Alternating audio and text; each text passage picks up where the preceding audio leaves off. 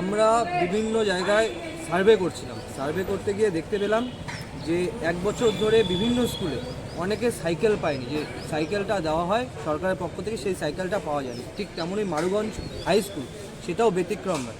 Maruganj high স্কুলে আমরা deputation দিতে যাই, সেই ডেপুটেশনের প্রধান দাবি ছিল ছাত্রীদের সাইকেল দিতে হবে। যে ছাত্রীরা সাইকেল মার্চ মাসে পাওয়ার কথা, তারা এখনও সাইকেল পায়নি এবং আমরা দেখতে পাচ্ছি বিভিন্ন জায়গায় সাইকেলে কালোবাজারি চলছে। তার বিরুদ্ধে আমরা ডেপুটেশন দিতে গেছিলাম স্কুলে।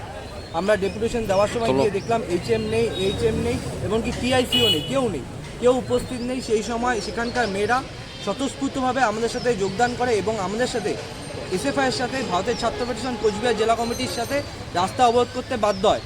এবং সেই রাস্তা অবরোধ করা চলাকালীন, অবরোধ শেষ হওয়ার পর যখন আমরা আরও সাংগঠনিক কাজকর্ম করছিলাম সেই মারুগঞ্জে, সেখানে একদল দুষ্কৃতী, আমার নাম নিতে কোনো বাধা নেই, সেখানকার বড় বড় পঞ্চায়েত প্রধান থেকে শুরু করে রাজেশ তন্ত্রী থেকে শুরু করে প্রত্যেকে গুন্ডা বাহিনী দ্বারা আমাদেরকে অ্যাটাক করে। সেই অ্যাটাকে আমাদেরকে ধরে নিয়ে যায় এবং আমাদের বিভিন্ন কর্মসূচি আটকে। সেই জায়গায় গিয়ে আমরা ভারতের ছাত্র ফেডারেশন কোচবিহার জেলা কমিটির সভাপতি এখানে উপস্থিত রয়েছি। সেই সভাপতি এবং সম্পাদক মানে আমি, সেই প্রত্যেক দুজনকে অ্যাটাক করে এবং আমাদের ওপর হাত দেয় এবং বিভিন্ন রকমভাবে আমাদের অত্যাচার করে। আমরা তার বিরুদ্ধে, তার প্রতিবাদে আজকে এই মিছিলের ডাক দিয়েছি। আমরা কল দিয়েছিলাম সকালবেলা, সেই কলে আজকে এখানে আমরা উপস্থিত হয়েছি।